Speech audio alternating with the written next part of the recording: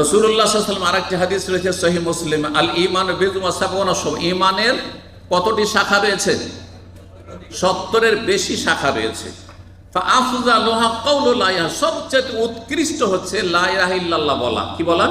লা ইলাহা ইল্লাল্লাহ, আল্লাহ ছাড়া কোনো সত্য মাবুদ নেই। বারবার ঘোষণা করছেন, বারবার ঘোষণা করছেন। অন্তরে তো আছে যেটা ফরজ, আর তার বাস্তবায়ন করছেন, কিন্তু বারবার বলছেন এই সুন্নত নফলের মাধ্যমে আপনি সেটাকে বারবার ঘোষণা করছেন যে স্পষ্ট ভাষায় কোনো বাতিল পন্থীর পরোয়া করছেন না। আল্লাহ ছাড়া কোনো সত্য মাবুদ নেই। তোমরা যে দরগা দুর্গার পূজা করছো সেগুলি হচ্ছে বাতিল। ওয়ান্না মা ইয়াদুনা মিন দুনিহিল বাতিল। জি। 2 নম্বর জিকির, তা হচ্ছে তসবিহ। তসবিহ মানে সুবহানাল্লাহ পাঠ করা। কি করা? সুবহানাল্লাহ পাঠ করা। এটা হচ্ছে 2 নম্বর জিকির। রাসূলুল্লাহ সাল্লাল্লাহু আলাইহি ওয়াসাল্লামের হাদিসে রয়েছে যে 2টো কালেমা রয়েছে, জবানে খুব হালকা, দাড়ি পাল্লাতে খুব ভারী হবে, আর আল্লাহর কাছে খুব প্রিয় হবে। সে 2টো বাক্য কি?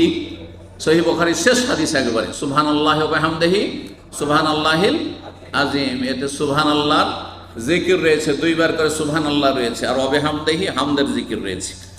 সময়ের স্বল্পতার জন্য দলিলগুলো বলছি না। 3 নম্বর জিকির, যেহেতু 10টা বলতে চাইছি শুধু পয়েন্টগুলো বলে দিই, আর বাকি ফজিলত ইনশাআল্লাহ বিস্তারিত আলোচনা আমাদের আছেও আর হতে থাকবে। তাহমিদ আলহামদুলিল্লাহ জিকির। আলহামদুলিল্লাহ জিকির হচ্ছে কয় নম্বর জিকির? 3 নম্বর জিকির বললাম। নবী সাল্লাল্লাহু আলাইহি ওয়াসাল্লাম বলেছেন আত-তাহুরু শাতরুল ঈমান, ওযু গোসল এটা হচ্ছে ঈমানের অর্ধেক, 50 ঈমান আপনার। কারণ ওযু না হলে নামাজ হবে না, তাহলে ওযুটা হচ্ছে অর্ধেক ঈমান। আর আলহামদুলিল্লাহ তামলাউল মিজান, আলহামদুলিল্লাহ বললে নেকির পাল্লা ভর্তি হয়ে যায়। সুবহানাল্লাহ। একবার আলহামদুলিল্লাহ বললেন, 2 সেকেন্ড হয়তো লাগলো না, 3 সেকেন্ডও লাগলো না, আলহামদুলিল্লাহ তামলাউল মিজান, নেকির পাল্লা ভর্তি হয়ে গেল। বলুন আলহামদুলিল্লাহ। আলহামদুলিল্লাহ। জি, এই আলহামদুলিল্লাহ দিয়ে আল্লাহ কোরআনে কারীমে শুরু করেছেন, আলহামদুলিল্লাহ রাব্বিল আলামিন। সুবহানাল্লাহ। জি, জান্নাতে জান্নাতীরা যাবে আর বলবে আলহামদুলিল্লাহ রাব্বিল আলামিন। সুবহানাল্লাহ। গুরুত্বপূর্ণ জিকির আলহামদুলিল্লাহ। 4 নম্বরের জিকির হচ্ছে তাকবীর। তাকবীর মানে আল্লাহু আকবার পাঠ করা। কি করা? আল্লাহু আকবার পাঠ করা। রাসূলুল্লাহ সাল্লাল্লাহু আলাইহি ওয়াসাল্লাম সহিহ মুসলিম হাদিস হচ্ছে আহাব্বুল কালাম ইলাল্লাহি আরবা, আল্লাহর কাছে 4টি কথা খুবই প্রিয়। 4টি কথা, 4টি বাক্য অত্যন্ত প্রিয়। কি? সুবহানাল্লাহি আলহামদুলিল্লাহি ওয়া লা ইলাহা ইল্লাল্লাহু আল্লাহু আকবার। এই যে 4টি হয়ে গেল, এই 4টা এখন পর্যন্ত বর্ণনা করলাম। 4টার দলিল একসাথে সংক্ষেপে পেয়ে গেলেন সহিহ মুসলিমের হাদিস। যেটাই আগে বলেন না কেন, বলছেন লা ইয়াদুররুকা বিআইয়িহিন্না বাদাতা, যেটা ইচ্ছা আগে সুবহানাল্লাহ বলো, আগে আলহামদুলিল্লাহ বলো, আল্লাহু আকবার বলো, আগে লা ইলাহা ইল্লাল্লাহ বলো, অসুবিধা না, আগে পরে। 5 নম্বরের জিকির হচ্ছে ইস্তেগফার করা। ইস্তেগফার মানে আস্তাগফিরুল্লাহ, আল্লাহ আমি ক্ষমা চাইছি, আল্লাহ আমি ক্ষমা চাইছি, আল্লাহ আমাকে মাফ করে দাও, আল্লাহ আমাকে মার্জনা করে দাও, আল্লাহ আমাকে ক্ষমা করে দাও। আরবিতে বলেন, ভালো বুঝে বলেন, কিন্তু না বুঝে নয়। আর না হলে নিজের ভাষায় বুঝে বলে, আল্লাহ তুমি আমাকে মাফ করে দাও, আল্লাহ তুমি আমাকে ক্ষমা করে দাও। এ হচ্ছে ইস্তেগফার। তার সাথে তওবা যদি মিলিয়ে নেন, বলেন আস্তাগফিরুল্লাহ ওয়া আতুবু ইলাইহি, আস্তাগফিরুল্লাহ আল্লাযী লা ইলাহা ইল্লা হুয়াল হাইয়ুল কাইয়্যুম। বিভিন্ন ভাষায় এইরকম সাইয়্যিদুল ইস্তেগফার। ইস্তেগফার বিভিন্ন বাক্য রয়েছে। কম পক্ষে যদি আস্তাগফিরুল্লাহ বলেন যথেষ্ট হয়ে গেল। নবী সাল্লাল্লাহু দিনে 70 বারের বেশি আস্তাগফিরুল্লাহ পাঠ করতেন। অন্য হাদিসে রয়েছে 100 বার করে আমি আস্তাগফিরুল্লাহ পাঠ করি। রাসূলুল্লাহ সাল্লাল্লাহু আলাইহি ওয়াসাল্লাম আস্তাগফিরুল্লাহ পাঠ করতেন, অথচ রাসূলুল্লাহ সাল্লাল্লাহু আলাইহি ওয়াসাল্লাম ভুল ভ্রান্তি নেই, মাসুম। আর অগ্রিম আল্লাহ ঘোষণা করে দিয়েছেন লিয়াগফির লাকাল্লাহু মা তাকাদ্দামা মিন যামবিকা ওয়া মা তাআখার। তারপরও ফাসাব্বিহ বিহামদি ওয়াস্তাগফির, তাকেও আল্লাহ ইস্তেগফার করতে বলছেন। তাহলে আমি আপনি কোথায়? বেশি বেশি আল্লাহর কাছে ক্ষমা চান, আল্লাহ যেন আমাদের গুনাহ খাতা মাফ করে দেন, কবিরা সগীরা মাফ করে দেন।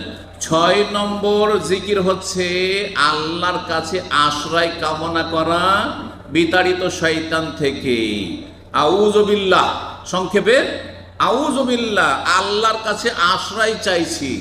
আর বিতাড়িত শয়তান থেকে লাগিয়ে দিলে কি বলবেন? আউযু বিল্লাহি মিনাশ শয়তান। এটাও আল্লাহর জিকির, আউযু বিল্লাহ। এই যে কোরআন শুরু করবেন, সবচেয়ে উত্তম বাণী শুরু করবেন আউযু বিল্লাহি মিনাশ শয়তান, যাতে করে শয়তান কোরআন থেকে উপকৃত হইতে, হেদায়েত নিতে বাধা সৃষ্টি না করে।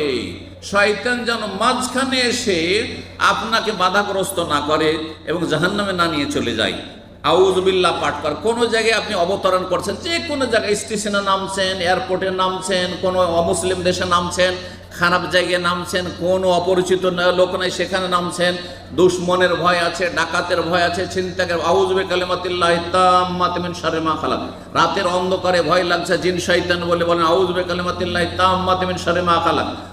অফিসে বড় হিংসুক আছে, জালেম আছে, তারা আপনাকে এক্সিট লাগাবার চেষ্টা করছে, বের করার চেষ্টা করছে, বলেন আউযু বিকালিমাতিল্লাহি তাম্মাতি মিন শাররি মা খালাক।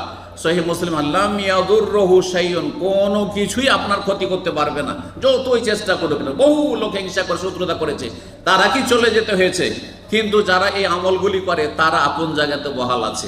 আল্লাহ যেন এই জিকিরগুলি করার তৌফিক দান করেন। সহিহ মুসলিমের সেই হাদিসের দিকে ইঙ্গিত করে দিলাম। 7 নম্বর জিকির হচ্ছে বিসমিল্লাহ পাঠ করা। বিসমিল্লাহ, যে কোনো ভালো কাজ শুরু করবেন কি বলবেন? বিসমিল্লাহ। খেতে বসছেন, বিসমিল্লাহ। খাওয়া দাওয়া শুধু নাই, এক গ্লাস পানি, এমনি পানি খাচ্ছেন আপনি, বলে বিসমিল্লাহ।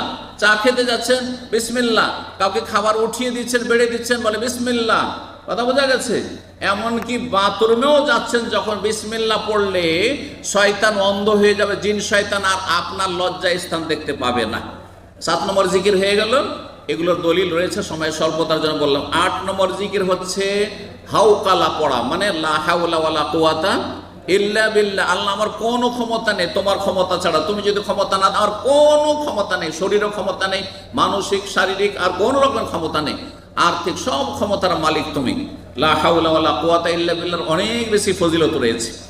9 নম্বর জিকির হচ্ছে দুরুদ পাঠ করা, সালাত পেশ করা। একবার যদি পড়েন তো 10 বার আল্লাহর রহমত নাযিল হবে। সাল্লাল্লাহু আলাইহি ওয়াসাল্লাম, আল্লাহুম্মা সাল্লি ওয়া সাল্লিম আলা নবিয়িনা মুহাম্মদ, আল্লাহুম্মা সাল্লি আলা মুহাম্মদ, আল্লাহুম্মা বারিক আলা মুহাম্মদ, এইভাবে পাঠ করবেন। 10 নম্বর জিকির, যেটা সবচেয়ে উত্তম জিকির, সেটা হচ্ছে কোরআনে কারীম তেলাওয়াত করা। যত বেশি তেলাওয়াত করবেন, যত বেশি মুখস্থ করবেন, যত বেশি রিভাইজ করবেন, যত বেশি আপনি কোরআনের সাথে সম্পর্ক রাখবেন, তত আপনার জীবনে আপনার স্ত্রী, আপনার ছেলে মেয়ে, আপনার ধন সম্পদ, আপনার রুজি রেজেক সবকিছু তো বরকত হবে। পরীক্ষিত জিনিস। আপনি কোরআন নিয়মিত পাঠ করে দেখেন বাড়িতে, সেখানে চারিদিক থেকে বরকত নেমে আসবে, রহমত নেমে আসবে। আল্লাহ যেন আমাদের আমল করার তৌফিক দান করেন। সুবহান রাব্বিকা রাব্বিল ইজ্জাতি আম্মা ইয়াসিফুন ওয়া সালামুল মুরসালিন ওয়াল হামদুলিল্লাহি রাব্বিল আলামিন।